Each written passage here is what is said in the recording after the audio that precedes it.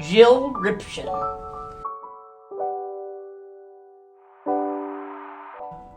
As far as I know, I've never done the 23andMe or anything like that, but we do have my great-grandfather's discharge papers from the Civil War, and it says country of origin, Prussia.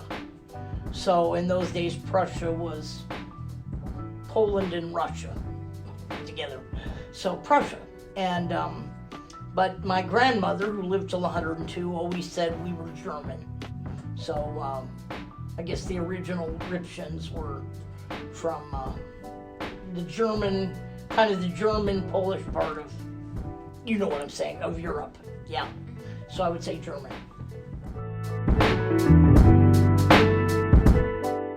It's very unusual, I would think, in this world, in this country. It was very hard on me as a kid, but I was, most Jews are, and even here, this is where I'm staying now, it's a majority Jewish community. So I grew up in an almost all Jewish neighborhood. The extended neighborhood and, the direct neighborhood that I grew up in. It was almost exclusively Jewish, and we were called the token goys on the block. It wasn't said as derogatory, it was teasing, the token goys. Goyim means like Christian or not Jewish. So that's what they'd call, you're the token goys. And they would come to our house to see the Christmas lights and the Christmas tree and all that. And, we'd see their blue and white lights on their house and such. So anyway, I never thought a whole lot about being German or them being Jewish. They were just my friends, growing up we were just kids, But I did notice that when the aunts came over, the aunts of my Jewish friends came over, aunts or uncles or grandparents, they quite often they would say, why are you, and not all of them, but quite a few of them would say, why are you letting Mark or Stuart or whoever on the block, play with that little German girl? They're the ones that caused, apartheid and blah, blah, blah. I remember thinking, what is she talking about? But, it was pure hatred. You could feel it. They hated my guts, and because my two sisters did not, we all had our own friends, but these were my friends, and these were their extended families, and they despised me for being German, and for being of German ancestry. And I remember going home and saying, Mom, what are they talking about? I was a little kid. I didn't understand. And she said, well, honey, and, you've heard of the Holocaust, and where a lot of millions of Jewish people were wiped out, and that, Adolf Hitler initiated this. And he was in charge of Germany at the time. And so basically what they're saying is, your people, your ancestors were German, therefore they caused this situation. I said, but I didn't have anything to do with it. And she said, no, honey, neither did I. And neither did Grandma and Grandpa, and they wouldn't agree with it. But for some reason, Stuart and Mark's, aunt thinks just because you were German, you had nothing to do, you had something to do with it. So I'm explaining it to you historically, but don't listen to her. You had nothing to do with it. You wouldn't have anything to do with it. It's not what you've been taught. It's not what you believe. I know you, and I know that. So she said, just don't worry about it. But it was hard, because I would hear it every time they came over for Sunday dinner or whatever. I'd hear, I'm the little German girl that supposedly single-handedly caused the Holocaust, So I didn't even know what the Holocaust meant at that time, So, and I thought it was kind of interesting that why did they then, I noticed that like my best friend, his dad worked for Mercedes of Beverly Hills. I remember saying to my, because I was working on this thing in my brain, I remember saying, well, why does he work for Mercedes then? That's a Jewish company. And, my little brain was putting these things together. And she said, well, he still needs a job.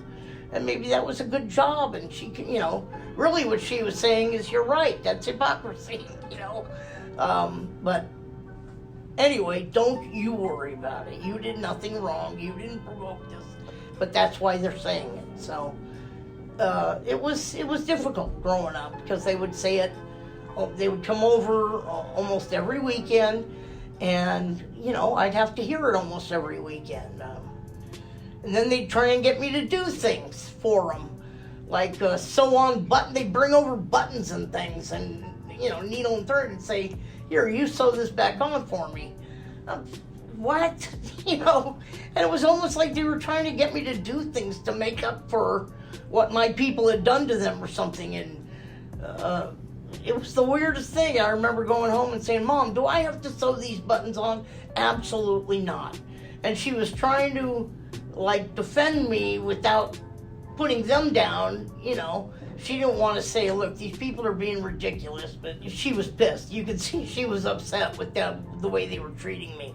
But as I told you before, she didn't get involved. Kids would learn how to resolve their own circumstances, even if it was with an older person. You just learned how to resolve it yourself. And I'm glad she took that stance, because that's an important lesson to learn, how to fight your own battles. But it was a very uncomfortable, very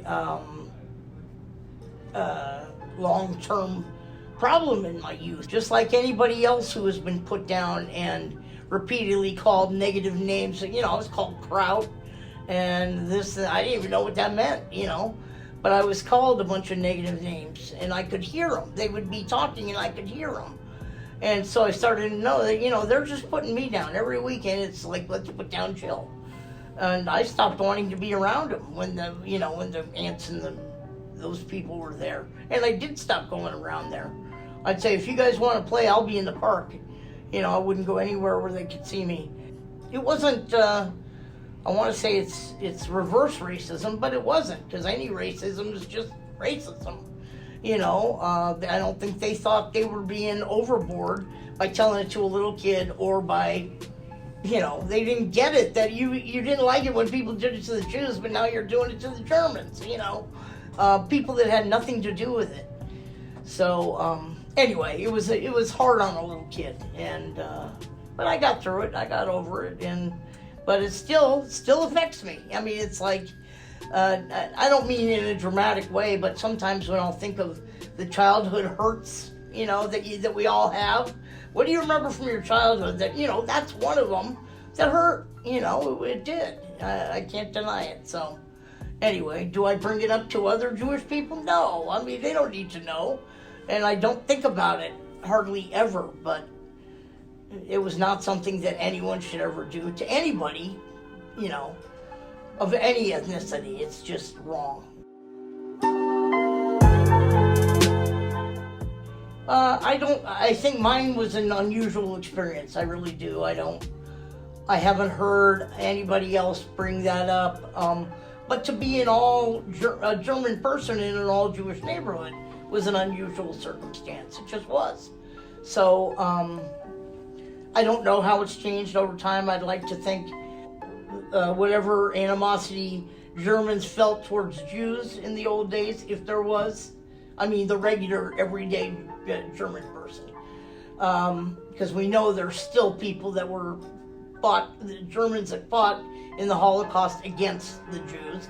And we're still finding them hiding in the bushes and places, but the Jews against the Germans, I think there is always going to be anger and animosity. But in the way that I experienced it, I don't think there's much of it anymore, if there ever was much of it. I would mostly say, I think it's important to, just like you asked me, what does a kraut mean?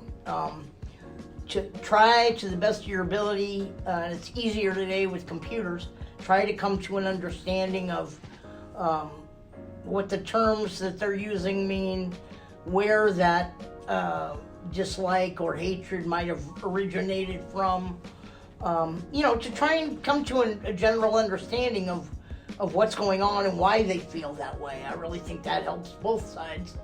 And then, I would just suggest you say, look, I'm really sorry that your family experienced that, but had nothing to do with me. I was never taught any of that by my family, and I never would teach any of my children, any of that. So I do apologize that you had to experience that, but it's not going to help either one of us if we push that down the road, or push that along the line.